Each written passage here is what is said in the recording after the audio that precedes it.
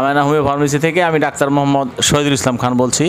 সুপ্রিয় দর্শক বন্ধুরা, আশা করি আপনারা সবাই ভালো আছেন। আসসালামু আলাইকুম। আজকে আমার সাথে আছে সেই নড়াইল থেকে আসা মোহাম্মদ সোহাগ। আচ্ছা, তুমি আমার এখানে কি সমস্যা নিয়ে আসছো? আমি 2 নাকের পলিপাস এবং মাঝখানের নাকের হাড় বাঁকার জন্য আমি আসছিলাম।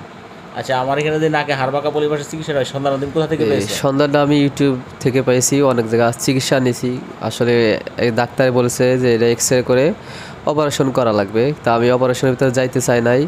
তার জন্য আমি ইউটিউবে সার্চ দেওয়ার পরে আমি ঘাটাঘাটি করে আপনার ভিডিওগুলো আমি দেখতে পাই এবং অনেক রিভিউ দেখছি। দেখার পরে আমার ভালো লাগছে বিধায় আপনাকে আমি হোয়াটসঅ্যাপে নক করি, তারপরে আমি চিকিৎসার জন্য এখানে আসছি। তো দর্শক দেখেন, সে আমার ইউটিউব চ্যানেলে ভিডিও দেখে আমার এখানে আসছে, সে তার মুখে কীভাবে আসছে বললো। তো আমার এখানে যে এই কয় মিনিট, 10 মিনিট আগে চিকিৎসাটা নিছো? জি, 10 মিনিট হয়েছে। চিকিৎসাটা মানে কেমন? কোনো রক্তপাত? না, কোনো রক্তপাত, কোনো ব্যথা নাই, আলহামদুলিল্লাহ, অনেক সুন্দর।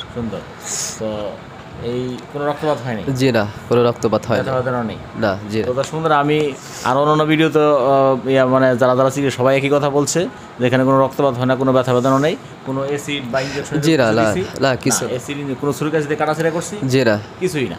তো শুধু একটা জার্মানি হোমিও ওষুধের মাধ্যমে চিকিৎসাটা করা হয়। তো এখানে কোনো ব্যথা বেদনা, কোনো রক্তপাত, জ্বালাপোড়া কিছুই হয় না।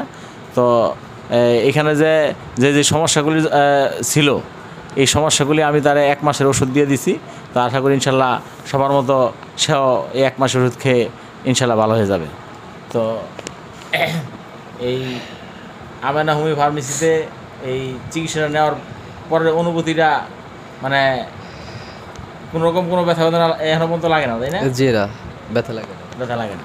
তো দর্শক বন্ধুরা, আমার এখানে তো শুধু নাকে হাড় বাঁকা পলিপাসের চিকিৎসা হয় তা না, এখানে অশ্ব গ্যাস, পাইলস, যে কোনো ধরনের ক্যান্সার, তারপরে বন্ধাত্ম সন্তান হয় না, সব ধরনের চিকিৎসাই করা হয়। তো আমার ক্যাপশনে দেওয়া নাম্বারে যোগাযোগ করে আপনারা চলে আসবেন।